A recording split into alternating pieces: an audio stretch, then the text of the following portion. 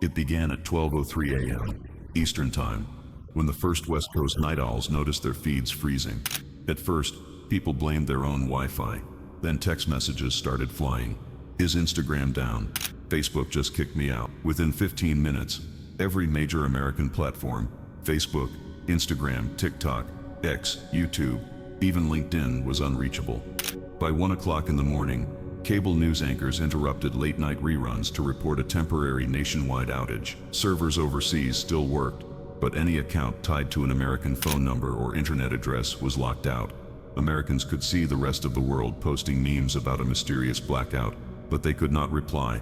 Phones glowed with unanswered group text. Influencers who normally scheduled dawn uploads scrambled to find out whether their carefully built audiences had disappeared. Parents who relied on Facebook Messenger to check on college kids hit a red message failed notice again and again. By the time the sun began to rise on the East Coast, the silence felt eerie. Streets that usually buzzed with commuters scrolling through overnight updates were quiet in a different way. No glowing screens lighting faces, no morning podcasts streaming through earbud. Coffee shop conversations replaced the usual silent scrolling. People looked at one another, actually looked, as if waking from a long digital dream. Radio stations filled the gap, becoming the first link for real-time information. Call-in shows lit up with frantic voices describing frozen apps, vanished profiles, and a creeping sense of isolation. The word hack spread fast. Some callers swore this was a foreign cyber attack. Others believed it was a government test. Meanwhile, markets stirred with unease. Traders who used encrypted chat groups for overnight deals were forced to pick up phones, actual phones, to confirm trades. Small businesses that sold almost entirely through Instagram or TikTok shops faced an instant halt. For many, each lost hour meant hundreds or even thousands of dollars gone, though no one could yet measure the damage. Through it all, one question grew louder. Was this a glitch, a coordinated attack, or something bigger?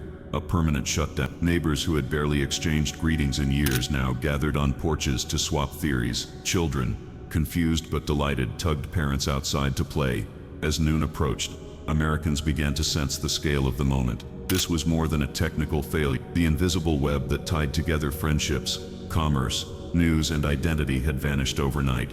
What would life look like if the outage lasted not just hours but days? By the end of the first full day, the silence was no longer just surprising, it was disruptive. With no official explanation from government agencies or the tech giants themselves, speculation filled the vacuum. Cable news anchors debated everything from a massive cyber attack to an intentional government reset. Radio shows became the new town squares, their phone lines jammed from dawn until past midnight.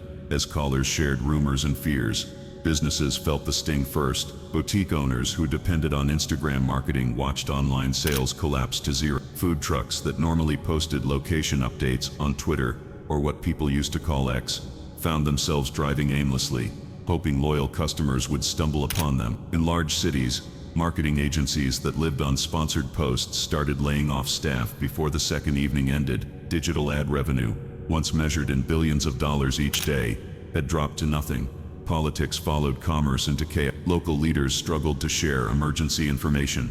Mayors recorded statements for radio and old-fashioned television, but those broadcasts reached only a fraction of the usual audience. Without the instant amplification of social feeds, wild theories multiplied. Some Americans insisted that a secret law had cut the nation off. Others blamed foreign powers or whispered about an electromagnetic pulse. None of it could be confirmed.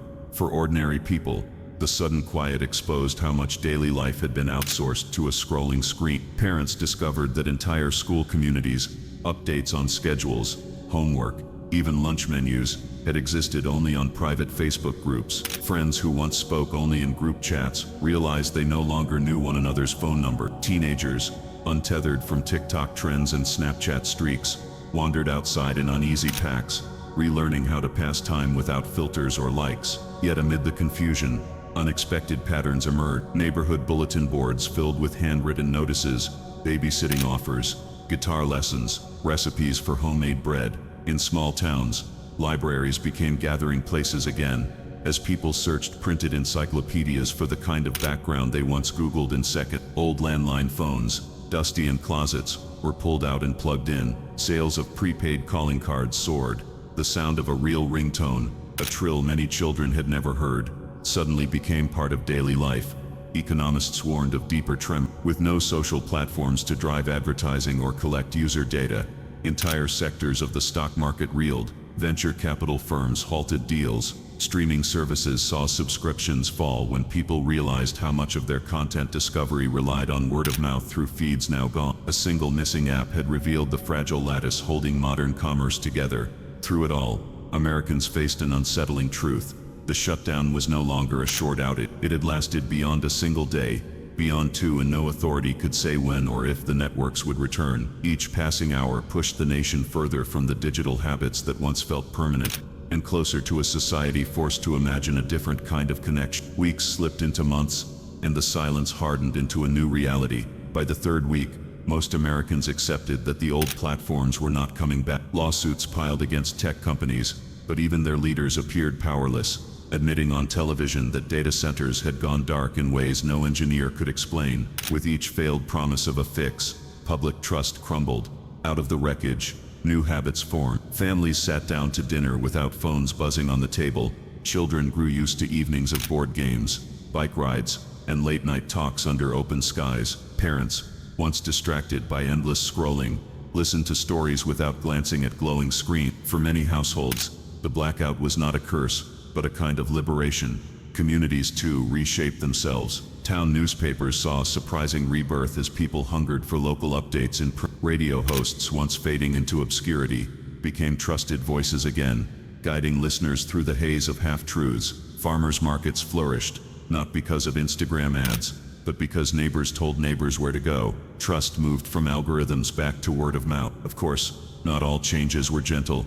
Economies tied to digital advertising never recovered. Thousands of influencers, stripped of platforms, faced bankruptcy. Some reinvented themselves as authors, teachers, or public speakers. Others faded from public memory, their millions of followers scattered like sand in the wind. Big tech companies, once seen as untouchable empires, shrank overnight into hollow shells, their stock values erased. Government finally intervened, not to restore the old networks, but to manage the consequences of life without them. A new federal agency encouraged investment in regional communication systems, community bulletins, emergency radio frequencies, even physical mail rep. For the first time in decades, resilience meant redundancy, not one global feed but many small threads binding people together.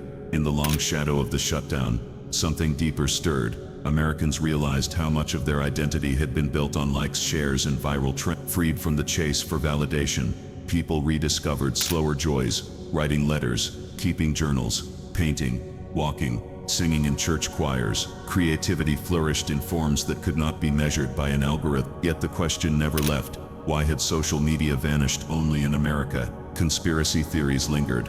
Some swore it was sabotage from a rival nation. Others whispered about a government reset meant to quiet political unrest. A few believed it was simply the collapse of a system never designed to carry so much human weight. No proof ever surfaced. The truth remained as silent as the platforms themselves. And so the United States adjusted, not with a triumphant return to the old ways, but with a reluctant embrace of the new. Life without social media was harder in some ways, richer in others. It stripped away convenience, but restored presence. It removed the endless scroll, yet opened space for genuine conversation. In the end, America discovered a paradox.